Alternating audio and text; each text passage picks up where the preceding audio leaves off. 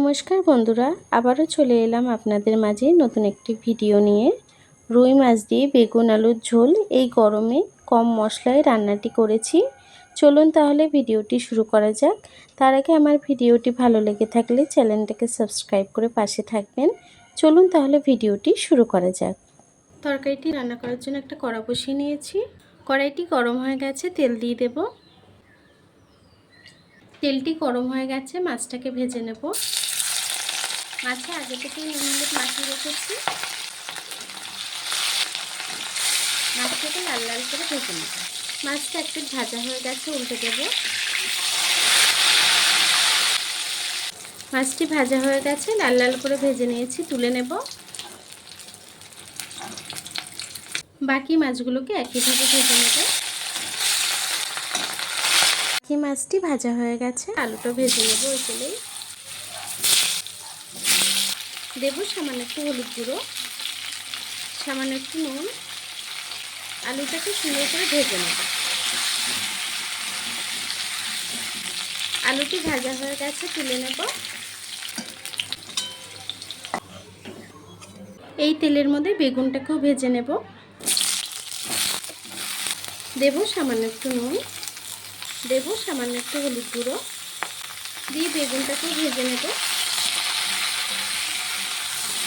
বেগুনটাকেও একটু ভেজে নিয়েছি, খুব বেশি বেগুনটা ভাজিনি। বেগুনটা বেশি ভাজলে কিন্তু কঞ্চি হয়ে যাবে, খেতেও ভালো লাগে না। এখন বেগুনটাকে নামিয়ে নেব। এই কড়াইতে আবার একটু তেল দিয়ে দেব। তেলটি গরম হয়ে গেছে, দিয়ে দেবো একটু গোটা জিরে ফোড়ন, দিয়ে দেবো পেঁয়াজ আর কাঁচা লঙ্কা। পেঁয়াজ আর কাঁচা লঙ্কাটাকে একটু ভেজে নেব।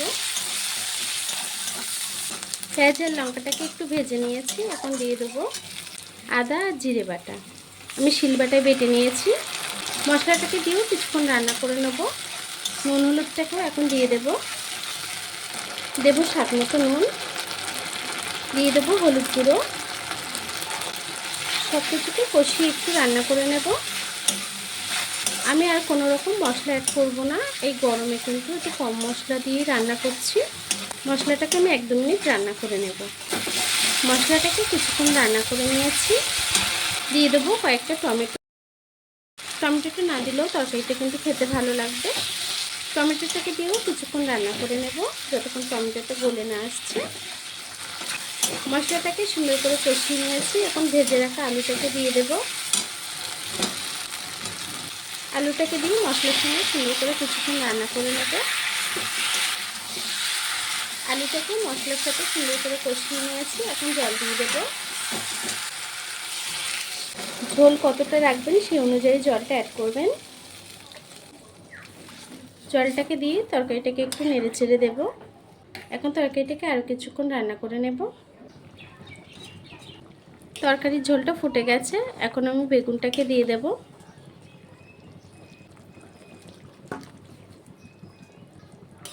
বেগুনটাকে দিয়েও একটু নেড়ে ছেড়ে দেব। বেগুনটাকে দিয়ে নেড়ে ছেড়ে আমি ভেজে রাখা মাছগুলোকেও দিয়ে দেব।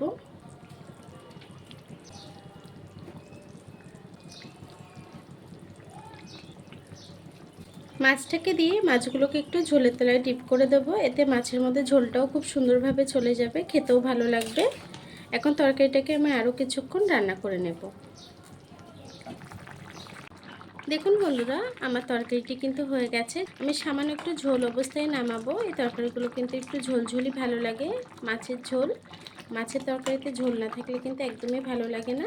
এখন আমি গ্যাসটিকে বন্ধ করে দেব। তরকারিটিকে নামিয়ে নেব।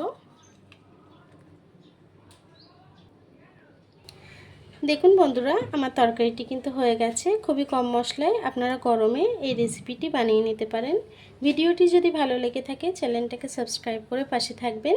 আর এতক্ষণ ধরে আমার ভিডিওটি দেখার জন্য আপনাদেরকে অসংখ্য ধন্যবাদ।